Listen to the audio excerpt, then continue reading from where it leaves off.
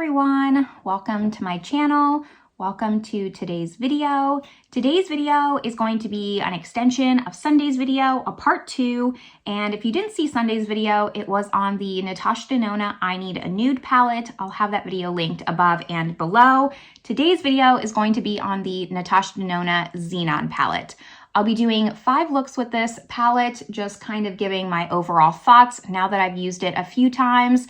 I would still say that this palette is in first impressions zone. I haven't used it as much as I have the I Need a Nude. It did take quite a while for this to come to me.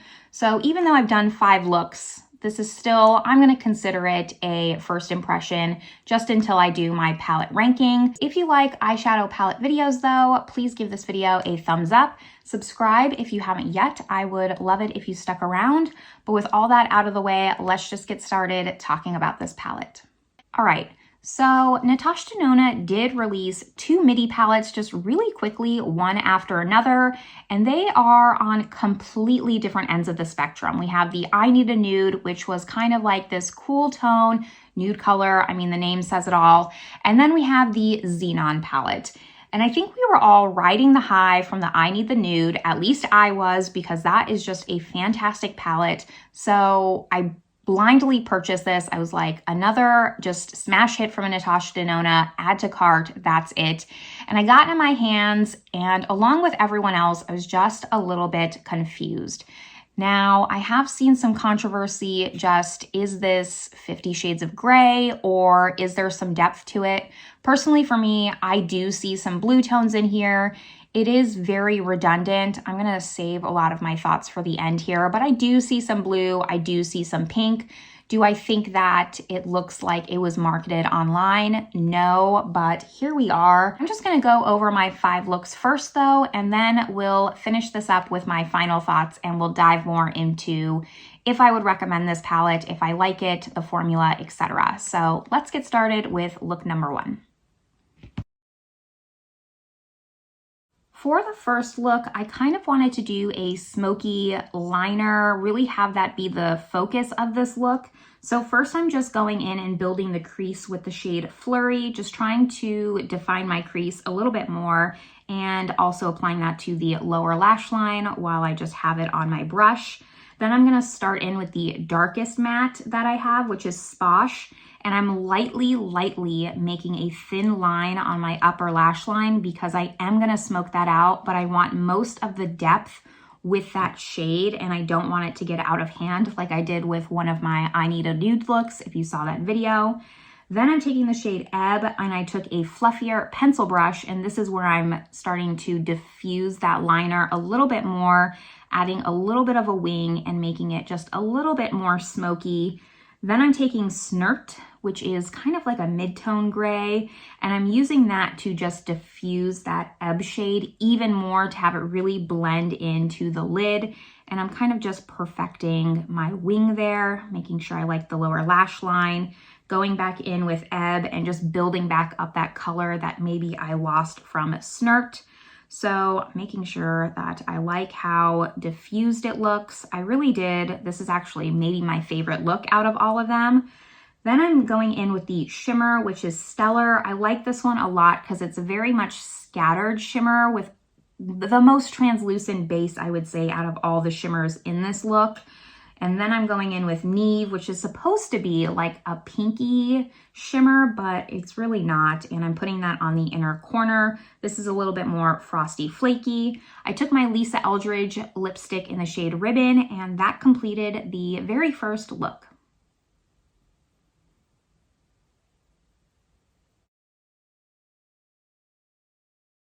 For look number 2, I did just keep Lisa Eldridge Ribbon on my lips here, and I'm just going to do more of a classic technique for myself, which is starting light to dark and increasing the depth on the outer corner with a shimmer on the lid. So first I started with Blizzard, applied that all over the crease.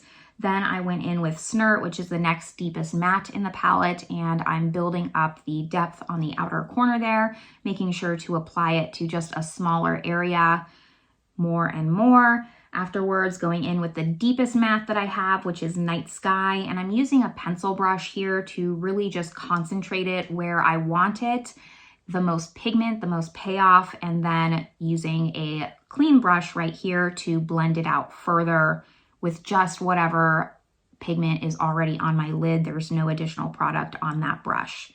Next up, I'm going to take Super Ionic, which is the most silvery shade in the palette, and I'm applying that to the outer half of my lid. I'm going to go in with 2 shimmers here, and this one is the most textured out of all the shimmers, I would say.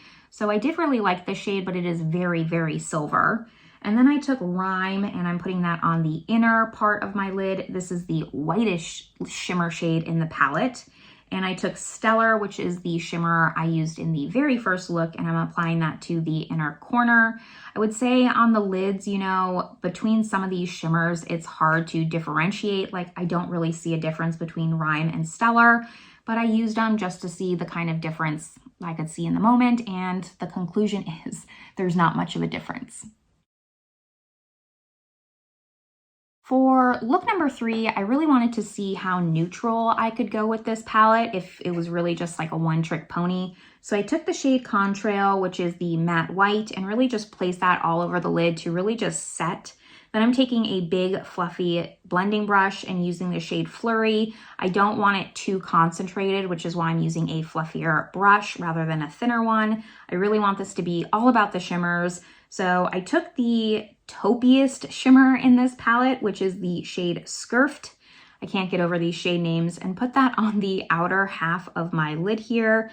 And I'm going to take the pinkiest shimmer, Snowbow, and put that on the inner half. On the lid, I wouldn't say it translates pink, but it definitely does look pink in the palette. Now, I am going to line my just upper and lower lash line with the shade Ebb. That is going to be the bluest matte in the palette. It's definitely blue, but it's just not translating like I want it to as much on the lids. And I don't want this to be too overtaken with the look, so I used a very thin brush, and then I used a thicker brush to really blend it out and kind of diffuse the color a little bit. And I'm just going to perfect that, make sure it's not overtaking the look. Like I said, I want this look to be mostly about the neutral shimmers. Then I'm just going back in with the shade Flurry, applying that to the lower lash line and the shade Rhyme on the inner corner. And that's really just going to complete this look. I mean, it was okay. Like I said, just a neutral look. You can get something a little bit softer with this palette, but I wouldn't say that that's where this palette shines.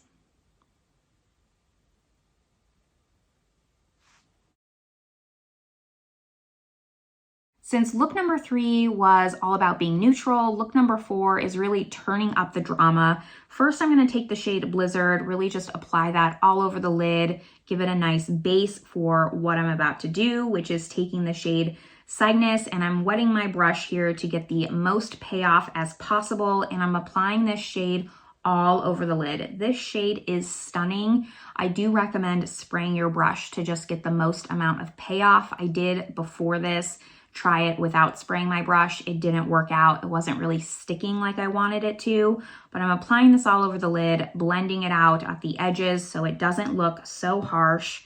Then I'm going to take the shade Stellar and apply that to the inner corner, kind of just have the black and white to contrast. And I really like that shade Stellar because it's so translucent of a base with sparkle.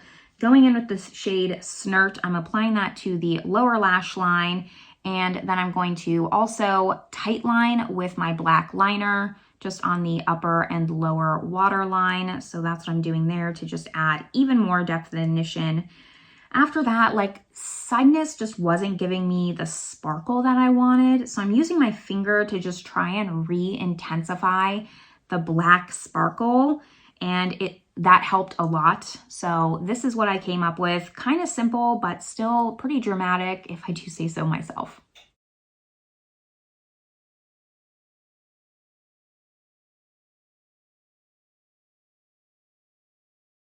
I know I originally said look number 1 was my favorite, but it's actually a tie between look number 1 and this one.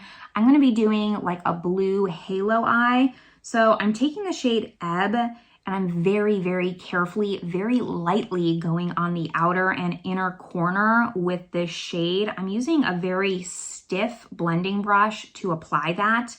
Afterwards, I take the shade Blizzard, and I'm just diffusing the edges.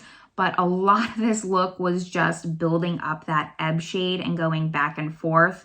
Here I took a fluffier brush and I'm just again diffusing the edges, making sure that I was okay with the blend, but a lot of that's gonna come from the build. So on top of ebb, I'm going in with Night Sky with an even smaller, more precise pencil brush and trying to make sure that I don't do what I did with the I Need the Nude palette and keep it very concentrated and leaving that middle part very blank.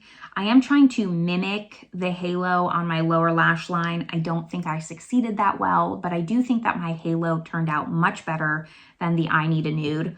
I'm taking the shade Rhyme to kind of, again, mimic on the lower lash line where it's gonna be the halo. But for the halo, I used the shimmer Grew because that was the last shimmer I had to use in this palette. I did, again, spray my brush. I think that it was a lot more impactful once I sprayed it. It's not something I typically do on the day-to-day. It's not a habit I'm used to. But for this palette, you definitely get better payoff if you spray your brushes. And then I'm going back in with Ebb, which was the very first matte that I used in this palette for this look. And I'm going back in to make sure you can really see the blue. I really wanted the blue to stick out. And I, of course, took Stellar because it's my favorite shimmer in this palette. And I put it on top to just give Grew a little bit extra sparkle. And of course, I'm going to take my black liner. And again, I'm going to tight line the upper and lower waterline with that black liner just because I needed something even darker. But that completes the fifth and final look. On the lips, I do have the Lisa Eldridge Velveteen in Fawn with a just neutral darker lip liner. All right, so those are all 5 looks that I did so far with the Xenon palette. I am, of course, wearing this palette today. Everything that I'm wearing is always listed in the description box below, but I used these shades, I don't remember, and it's only been like an hour. I definitely used Flurry, Snert, and then I believe I used Super Ionic on the lid with Rhyme. That's what I did, yes. And I lined with Ebb. So, you know, these 3 here, I believe, I can't verify because I don't have my box. My dogs eat my boxes right away. I just give it to them. I believe these 3 shades are creamy mattes. I love these 3 shades, specifically the shade Ebb. It's definitely something unique in my collection, and I don't gravitate towards blues. Not at all. Like, I don't have anything like this in my collection. Do I need anything like this for the amount of times I'm going to reach for it? Probably not, but it is at least unique enough. And I've already mentioned a few times, Stellar is just my favorite shimmer. I think that this is a versatile shimmer in this palette, and I like it. It's my favorite shimmer. Other than that, you know, I really don't know what to say about this palette. I think it has its place, and I think that it completes a hole in Natasha Denona's lineup. I think that Natasha Denona actually does a really good job of making something for everyone, and there are some people who are gonna get so much use out of this palette. I am just not one of them. It's definitely not my favorite palette. However, I did like the looks that I came up with. It's just that as I was doing this look, you know, I do my makeup before I get dressed, and I was just thinking to myself, like, does this really go with me? Like, I kind of felt like the look was unflattering. Let me just kind of take my glasses off and show you. It didn't really come together for me until I put on this gray shirt, and then I was like, okay, it goes. So for me, this is just not an everyday reach for palette. And I am not going to enough fancy events to like justify needing this in my collection. I already have it. I'm not going to return it or anything like that. And I don't think I would declutter it because it does fill a spot. But if you are watching this deciding if you need this palette, I probably like overall would not recommend it just based on the usage that I think that the average person is going to get out of this palette. The formula is top notch. I would even venture to say that I like the formulas in these, at least in the mattes, these 3 mattes specifically, more than the I Need the Nude mattes. I love the I Need a Nude palette. Like, that is quite literally my perfect color story. So I'm not knocking that palette, but I do like these shades and I think that they build and do give unique looks. I just think, you know, I have to agree with a lot of people. It is a smidge redundant. Like, it's not as redundant as I thought it was going to be. We've been on a ride, the Xenon palette and me, because I purchased this like right when it launched. I was very excited for it. And then my palette took a very, very long time to ship. So I started seeing reviews, a lot of people just not liking it. And I was like, oh, should I cancel my order? Because at that time, my palette hadn't shipped yet. So I did consider just even canceling the order altogether. And I was like, no, I do want to try it for myself. I have a lot of Natasha Denona palettes. Let's just see. And overall, like, I'm glad I didn't cancel it. I'm glad I didn't cancel the order. It is different than what I was expecting when it came in. Like, I do see the variety in this palette. It's tough because while it fills a gap in Natasha Denona's lineup, I just don't know if it's the gap that we needed that people reach for all the time. If you're someone who goes to a lot of holiday parties, you go to a lot of events, you need a lot of dark, smoky, sultry looks, like, great palette. But for me, it's just a little bit too cool tone, dare I say, because I do love my cool tones, and it's just not something I'm going to reach for all the time. So I feel like my money would have been better spent elsewhere. But I think that's all I really have to say about this. You'll have to let me know down below, one, which look was your favorite. Like I said, look number 1 or look number 5 were my favorites. I don't know which one I liked more. So I'd love to know which one was your favorite look, and I'd love to just know your opinions on this palette. Did you plan on picking it up? Is it something you just know you're not going to get your use out of, so you just skipped it altogether? I could see a lot of people skipping this palette, quite honestly. So I'd love to hear your thoughts down below in the comments. But this is where I'm going to leave you all. I hope you're having a great one, and I will see you in my next video. Bye, everyone.